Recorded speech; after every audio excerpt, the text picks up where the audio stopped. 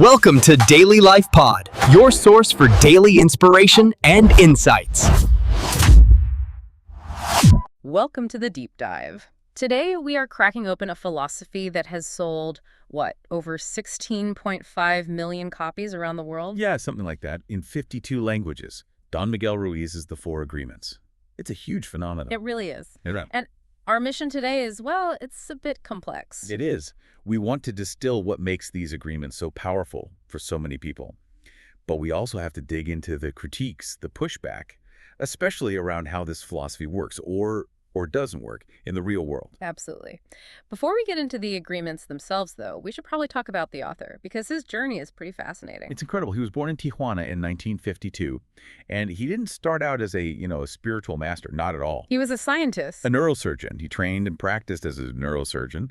Then in 1986, he just leaves medicine behind. Wow. Yeah, to share the Toltec philosophy he got from his mother and his whole lineage of what they call nagels, or spiritual masters.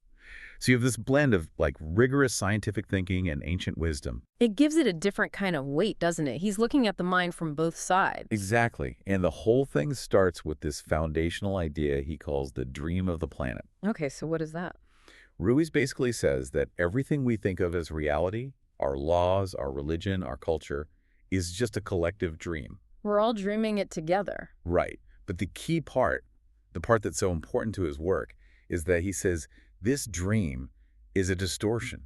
It's a dream that's fueled almost entirely by fear, by anger, by suffering. He calls it hell. He does.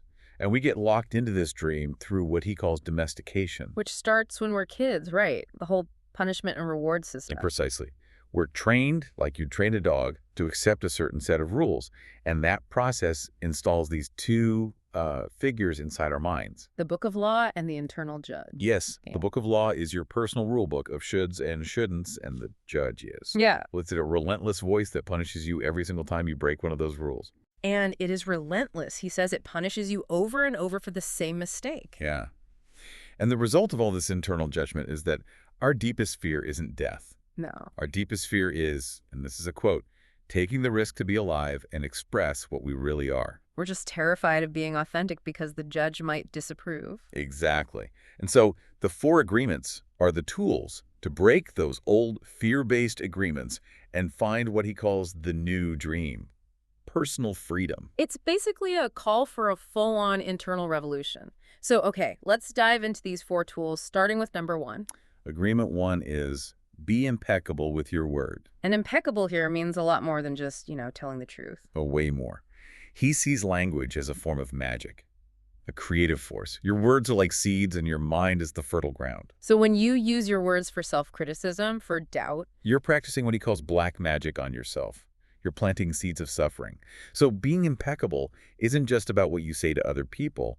It's maybe more importantly about what you say to yourself. and that starves the internal judge. It does. And there's another piece to this that's often missed. If you are truly impeccable with your own word, it acts like a shield. Immunity. Yes, immunity. The poison, the negative words coming from other people, they can't land. Yeah. Because your own foundation, your own word, isn't being used against you. That idea of self-sovereignty flows right into the second agreement, doesn't it? It really does. Agreement two, don't take anything personally. And this is the one that really challenges people. It does, because he frames it as the maximum expression of selfishness. That's a really strong way to put it. It's aggressive, yeah.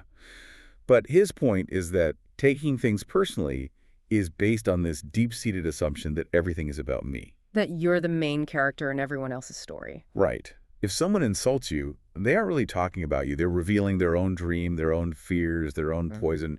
You're just a screen they're projecting onto. But I can hear the pushback already. Does that mean you just become a doormat? You never stand up for yourself? See, he argues the opposite. If you take it personally, you are willingly swallowing their emotional poison. You're making yourself easy prey. So it's not about being passive. Not at all. It's about recognizing that their words, good or bad, have no actual power over your reality unless you give it to them. He even says this applies to compliments. Yes, because if you already know your own worth, why do you need someone else to validate it for you? That's a huge reframing of self-worth. Okay, on to agreement 3. Don't make assumptions. The core problem here is, I think, just human nature.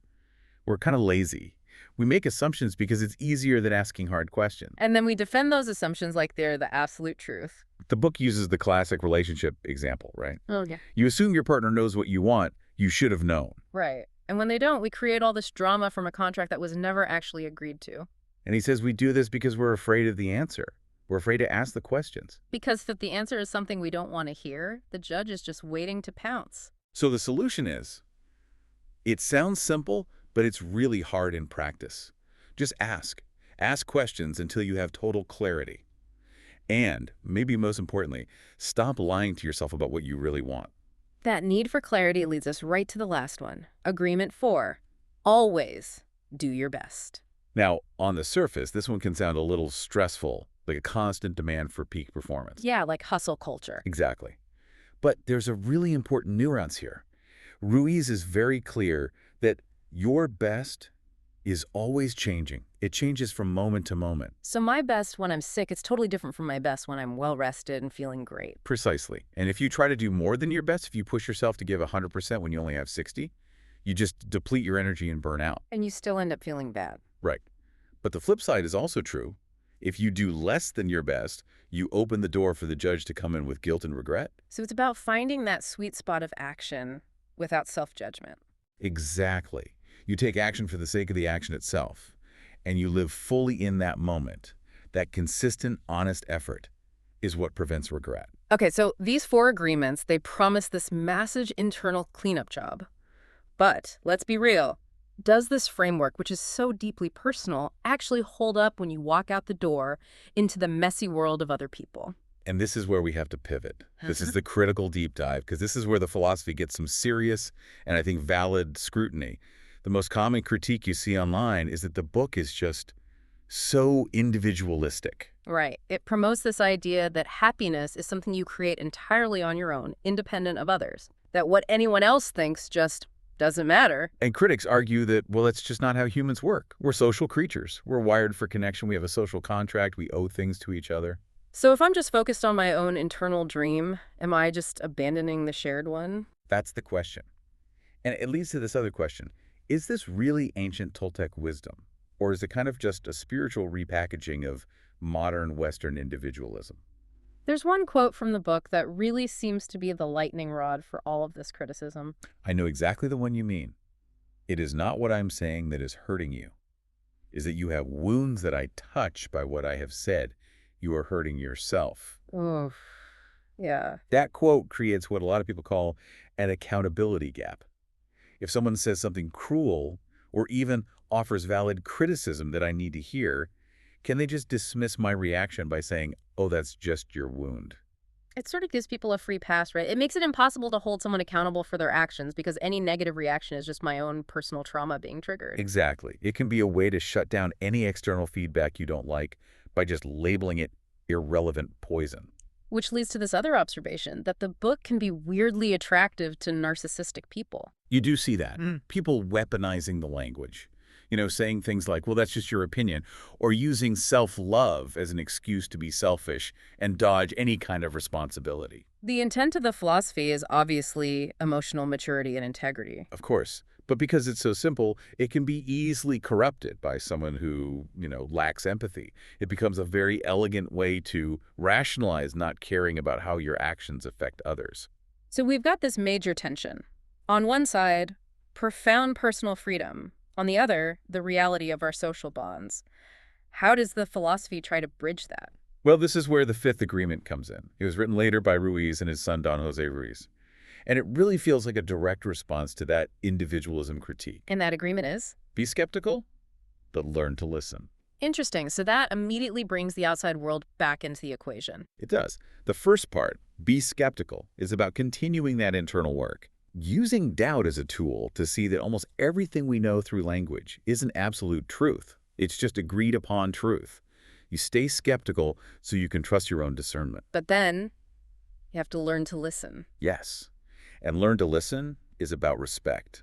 You listen to understand the other person's story, their dream, the symbols they're using. You don't have to agree with it, but you have to show profound respect for for their art, their inner world. So the goal isn't just to retreat into your own perfect dream. Not at all.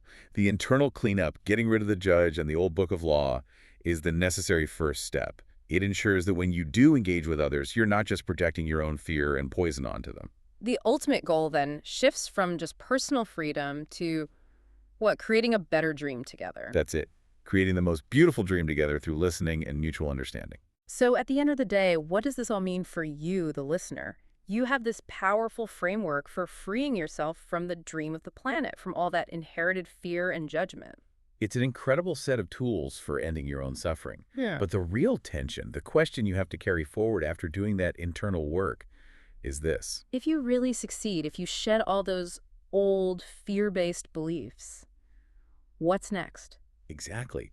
What new conscious agreements do you choose to make with your family, with your community? And how do you make sure your own personal freedom doesn't cancel out your responsibility, or maybe even your privilege, to serve others and help build a better collective dream? That integration of self and society, that might be the hardest agreement of all.